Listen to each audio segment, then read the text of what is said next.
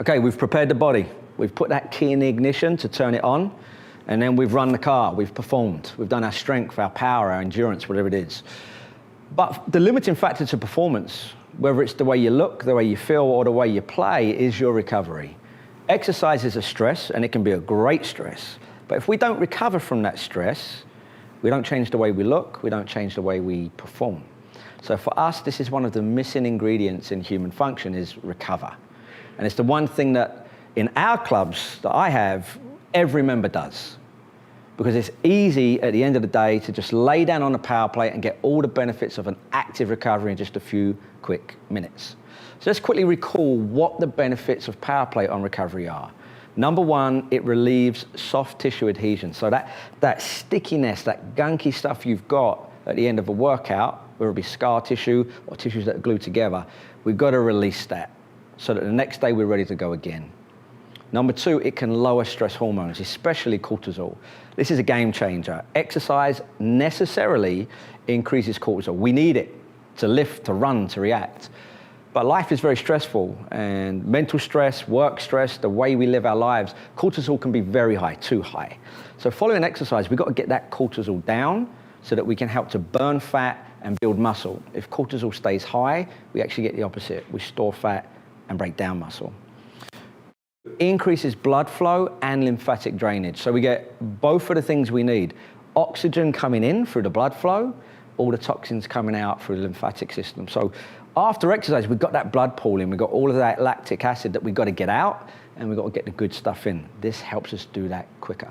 And finally, it helps take that nervous system that's really turned on and stressed from exercise and just cool it right down.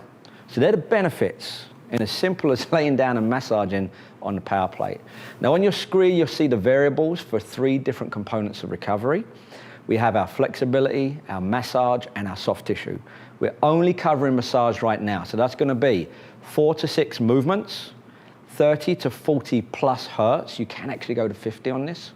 Low to high, 60 seconds or more, and 1 to 2 sets. So you see, these are very different variables than the perform and the prepare. We're going to the higher end here and longer duration just to get everybody to relax.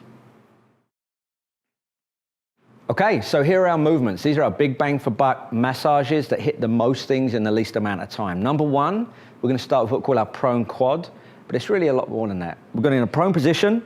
We're going after everything from that anterior hip, that thigh, all the way down the chain. The client is on the power plate cushion.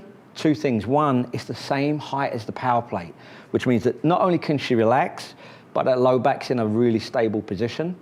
The most important thing here is that the client or the athlete is not doing anything. They need to be so comfortable and relaxed that they just feel like they're taking a nap. The power plate, you're going to do 60 seconds or more. You're going to go 40 hertz high. The most important thing is when you first turn it on, you ask them if that's enough vibration or too much. Don't make the assumption. So we turn the power plate on. We ask the client if they want more or less, and we allow them just experience that sensation for the first 20, 30 seconds. Okay, from this position, there's a couple of things we can do to change where we're getting that massage. So number one, I could actually have Laura lengthen the tissue on that hip and thigh by bringing her heel to her butt. She can do this with a hold, or she can do it dynamically. So now while we're getting that pump and that massage, we're also actively lengthening those tissues. So we're getting 2 for 1. The other thing is, you're probably aware of this in your own body, the front isn't always where the gunk is. Sometimes it's more on the inside, sometimes more on the outside. So now I'm going to do one at a time, and I'm going to have Laura just feel free to take that foot to the left and the right. Now as she's doing that, you're going to see that hip and thigh is rotating. So she's self-selecting, self-governing the load, but now we're going to start to actually get the massage, the length, and the change in direction. Your big cue here is you want to make sure that if she is rotating here, it's coming from the pelvis and not that low back. And relax. Okay, that's our prone quad massage. Okay, next up, we've got our side-lying lateral hip and thigh. This is an area that has a lot of sensitivity on people, actually. If you think of that lateral hip, that IT band, especially if you've ever foam rolled it or put a trigger ball on there, it's tense. That would be the opposite of what we want. If we create tension, the muscles aren't going to relax, they're actually going to resist you and pull away. So on this one, I tend to start lower, maybe 30 or 35 high or 40 low. So I'm going to turn them on at those settings. I'm going to let them experience it and have them tell me if they want more or less. Okay, so we're working on Laura's left lateral hip and thigh.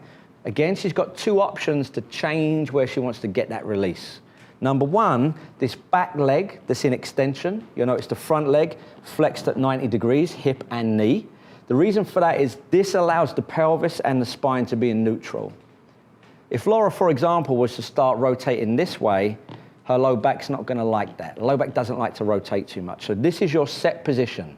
Side lying, 90 degrees, extension on the back leg.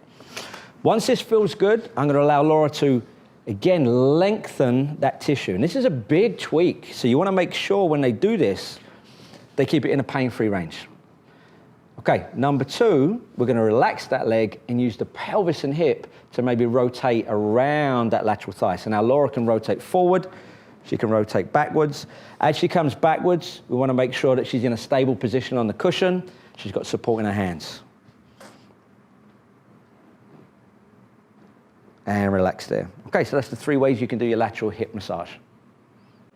Okay, number three is the supine calf massage. Now this is probably one you can go high straight out the gate. People have a lot of tension here, but they can handle a lot of pump. So this is the simplest one. They lay down. We want those entire calves on the plate. We turn it on at 60 seconds, 40 hertz high, maybe 50. After they've experienced that vibration, there are now two things Laura can do. Number one, she can apply more pressure to her own tissue by simply crossing her legs. So now by crossing the left on the right, there's more pressure, and the more pressure, the deeper the massage. Number two, we're going to take that calf, there's a inside and out. If we want to get the outside, that lateral calf, we're actually going to go narrow and allow her to just turn her laces out. And again, in that position, if she then wanted to apply overpressure, she's free to do that. If we want to go to the inside calf, we're actually going to go wide and allow that leg to rotate in. Okay, so now she's going to be going from neutral to rotating in to get the inside or the medial aspect of that calf. Okay, so we have our neutral, we have applied pressure, we have internal and external. That's our supine calf massage series. Okay, our fourth in the series of massage for recovery is our seated low back. Now, just about all of us carry tension in the low back, so we want to make sure that the position we're in is a safe and stable one for the spine. So for many people, they can sit like this, but for some people that have tight hips, this might not work, and they might actually need to either lengthen or cross the legs. It's all going to be based on the flexibility and mobility of that person's hips. Either way, I want that low back to be as close to that plate as possible. Laura's going to put her arms across her chest. We're going to turn on the plate, start lower, and then raise it if they can handle more. What we don't want is for that head to be going over and feeling just an uncomfortable sensation. Number two, the spine loves, the low back loves to flex and extend forward and backward. It loves side to side. It's not a huge fan of rotating. So in terms of how far we go, forward and backwards will be our biggest, side to side will be the second, and rotation is going to be just a little bit. And we're going to do that by just driving our head down and overhead. Boom. You'll see the low back's in a stable position. She's actually creating motion up here in the thoracic spine. And hold. Just dip those shoulders left and right for me, Laura. Beautiful. A little bit of lateral flexion. Perfect rhythm. And then finally, just all we're going to do is coach her. Just look over your shoulder and come back home. That's it. That's the most rotation I want. In a seated position, I wouldn't want to see her rotating too far in case it stresses that low back. That's our seated lumbar spine massage.